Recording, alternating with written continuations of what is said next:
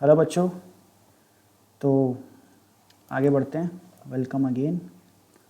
Last time हमारा हुआ था, आप लोग को याद होना चाहिए, क्वेश्चन नंबर 14। ये क्वेश्चन हम लोग का हो चुका था, राइट। पिछले वीडियोस में आप देख सकते हैं। नेक्स्ट शुरू करते हैं क्वेश्चन नंबर 15। अब देखो बच्चों, क्वेश्चन नंबर 15 में क्या दिया है। आई होप इतने क्वेश्चन से आपको एक कंसेप्ट क्लियर हो गया होगा और एक कॉन्फिडेंस आ गया होगा कि देन आप लोग सॉल्व कर सकते हैं क्वेश्चंस, है ना। एक क्वेश्चन और बता देता हूँ मैं आपको। क्वेश्चन नंबर 15 देखिए, आ जाओ। क्वेश्चन नंबर 15 में क्या है, a wave is represented by, हमको इक्वेशन दी है y is equals to a sine of at minus B X plus C. Okay, इस प्रकार से इक्वेशन दी है where A B C are constants, capital A capital B capital C constants हैं। The dimensions of A B C are, हमको निकालना है ए का डायमेंशन क्या होगा, बी का डायमेंशन क्या होगा, सी का डायमेंशन क्या होगा। राइट बच्चों, ओके ओके, कैसे करेंगे, ध्यान से देखो, ध्यान से देखो। सर यहाँ पे हमको दिख रहा है कि ये पूरा जो ब्रैकेट के अंदर का टर्म है ये थीटा की जगह लिखा है, बिल्कुल सही। और सर क्योंकि ये थीटा की जगह लिखा है और हमको पता है थीटा जो होता है वो डायमेंशन लेस क्वांटिटी होती है, इसका मतलब ये पूरी क्वांटिटी जो अपनी ब्रैकेट के अंदर लिखी है अपने आप में डायमेंशन लेस होगी। वेरी गुड, यहाँ तक बिल्कुल सही। उसके बाद आप लोग कह सकते हो कि सर क्योंकि इन तीन टर्म्स में एडिशन और सब्ट्रैक्शन हो रहा है, यानी इन तीनों का डायमेंशनल फॉर्मूला सेम होगा, ये भी बिल्कुल सही बात है। तो इन तीनों का डायमेंशनल फॉर्मूला सेम होगा, इसका मतलब क्या बच्चों कि AT का dimension will be equals to BX dimension and this will be equals to dimension of C। और क्योंकि ये पूरी की पूरी क्वांटिटी अपने आप में डायमेंशन लेस थी, यानी इस पूरे का डायमेंशन, इन तीनों का इंडिविजुअली डायमेंशन कितना हो जाएगा बच्चों, 1। राइट, हमको निकालना है ए का, बी का, सी का इंडिविजुअली। तो सबसे पहले अगर मैं फर्स्ट ब्रैकेट को लास्ट ब्रैकेट से इक्वेट करूंगा तो ए का डायमेंशन क्या हो जाएगा, जो 1/t का होगा। 1/t का यूनिट क्या होता है, 1/सेकेंड। तो इसका डायमेंशन फॉर्मूला क्या हो गया, t⁻⁻1, क्योंकि m⁻0 l⁻0 लिखा तो ठीक, नहीं लिखा तो भी कोई प्रॉब्लम नहीं। अब अगर मैं सेकेंड ब्रैकेट को 1 से इक्वेट कर दूं तो b इज इक्वल्स टू क्या हो जाएगा, b इक्वल्स टू हो जाएगा सर 1/x, x डिस्टेंस था तो हो जाएगा 1/मीटर, और 1/मीटर को क्या लिख सकते हैं, l⁻⁻1। एंड लास्ट में अगर देखेंगे c को इक्वेट करेंगे 1 से, तो c का डायमेंशन फॉर्मूला कुछ नहीं है, इसका मतलब ये होगा m⁻0 l⁻0 t⁻0, that's it. Option check कर लो, t⁻⁻1 l⁻⁻1 m⁻0 l⁻0 t⁻0, that is option B is correct. Very good, समझ में आ गया सबको। आई होप आप सबको कंसेप्ट क्लियर हो गया होगा किस प्रकार हमको क्वेश्चन सॉल्व करना है। बच्चों जितना प्रैक्टिस करोगे, और लगभग मैंने सभी क्वेश्चंस आपको करा दिए हैं जो एग्जाम में एक्सपेक्टेड हैं, किसी भी एग्जाम में, चाहे नीट का हो चाहे JEE का हो। उसके अलावा आपके पास जो भी रेफरेंस बुक होगी आप उससे सॉल्व करने की कोशिश करिए। राइट, नाउ नेक्स्ट पॉइंट पे आते हैं, ऑर्डर ऑफ मैग्नीट्यूड। अब ऑर्डर ऑफ मैग्नीट्यूड होता क्या है, पहले पढ़ लेते हैं फिर समझाता हूं।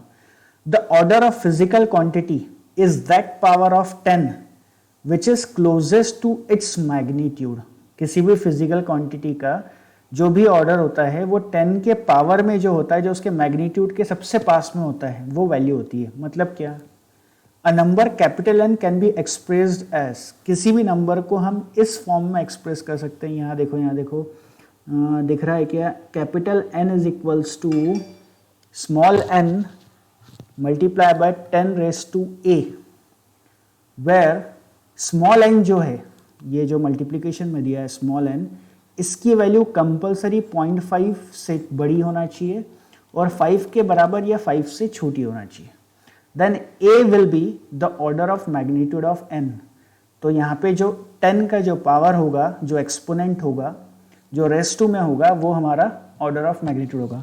मतलब सर, मतलब क्या बच्चों, देखो एक एग्जांपल बताता हूँ, उसके बाद फिर हम प्रैक्टिस करेंगे। एक एग्जांपल देखिए, सपोज मेरा मुझे एक वैल्यू दी गई है, एक नंबर दिया गया है 553 इंटू 10⁵, राइट। अब देखो ये वैल्यू को मुझे इस फॉर्म में लिखना है, इस फॉर्म में मतलब small n multiply bye 10⁻², but small n की कंडीशन हमको क्या दी है, स्मॉल n की वैल्यू हमारी 0.5 से बड़ी होना चाहिए और 5 से छोटी या 5 के बराबर चलेगी। तो यहाँ तो 53 है सर, 53 है मतलब नहीं चलेगी। अच्छा, इस 53 को अगर मैं 5.3 लिख दूं तो मुझे पता है यहाँ 10⁻6 हो जाएगा, बट अभी भी बच्चों n की वैल्यू 5 से बड़ी है, 5 के बराबर या 5 से छोटी होना चाहिए, मतलब अभी भी नहीं चलेगा। इसका मतलब मुझे लिखना पड़ेगा 0.53 इंटू 10⁻7।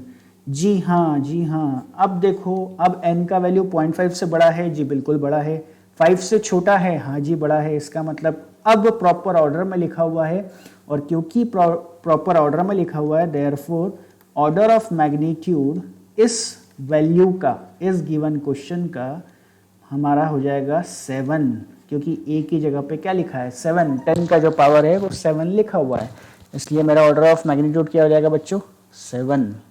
समझ में आ गया, बहुत सिंपल, ठीक है।